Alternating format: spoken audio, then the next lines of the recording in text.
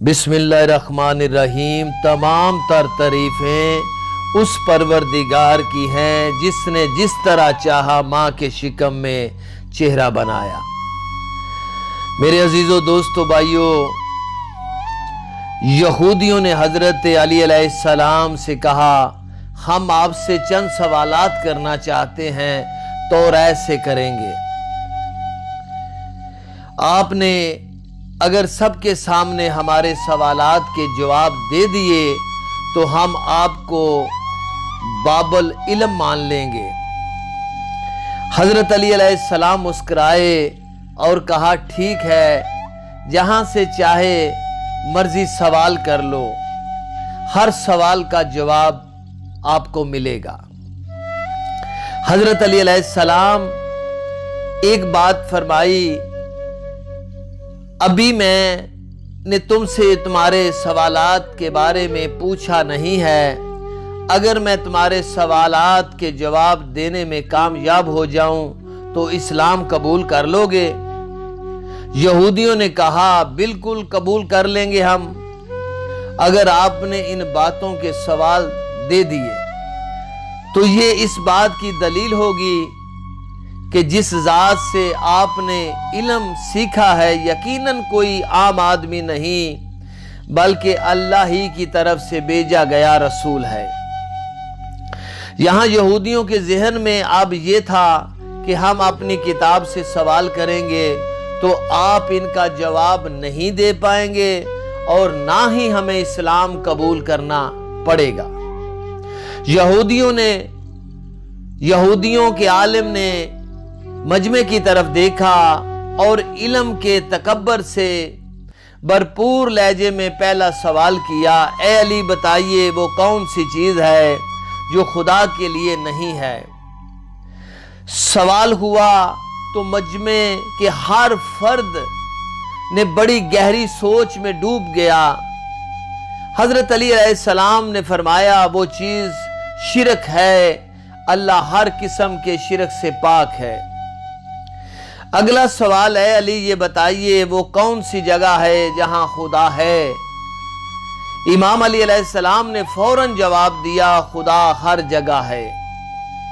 नहीं, इस सवाल का जवाब आप हमारी किताब से दीजिए। यहूदियों ने कहा, इसका सवाल का जवाब हमारी किताब से दीजिए। हजरत अली अलैहिस्सलाम ने कहा, फिर एक काम करो, तुम्हारी किताब के इस सफ़े को देखो, क्या इसमें नहीं लिखा कि हजरत मूसा अलैहिस्सलाम के पास एक फरिश्ता आया? मूसा अलैहिस्सलाम ने पूछा, कहां से आए हो? उसने कहा, अर्श से करीब 7वें आसमान से आपके पास आया हूं। इतने में दूसरा फरिश्ता नाज़िल हुआ। हजरत मूसा अलैहिस्सलाम ने पूछा, कहां से आए हो? उसने जवाब दिया, मैं जमीन के 7वें तबक से आपके पास आया हूं। मूसा अलैहिस्सलाम के पहले फरिश्ते से पूछा, 7वें आसमान में तुम्हारे करीब कौन था? फरिश्ते ने जवाब दिया, मेरे करीब मेरा रब था। मूसा अलैहिस्सलाम ने दूसरे फरिश्ते से पूछा, जमीन के 7वें तबक में तुम्हारे करीब कौन था? मेरे करीब मेरा खुदा था। बस मालूम हुआ अल्लाह हर जगह मौजूद है। तीसरा सवाल, कौन सी चीज है जो खुदा के करीब नहीं है?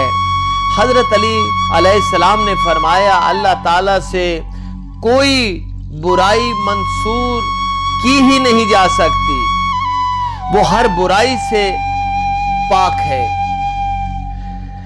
जुल्म जो हर बुराई की जड़ है वो मेरे रब के करीब नहीं, इसलिए कि वो हकदार को उसका हक देता है, ज्यादा देता है, इतना ज्यादा देता है कोई सारी उम्र गुनाहों में होने के बावजूद तौबा कर ले तो उसे माफ कर देता है।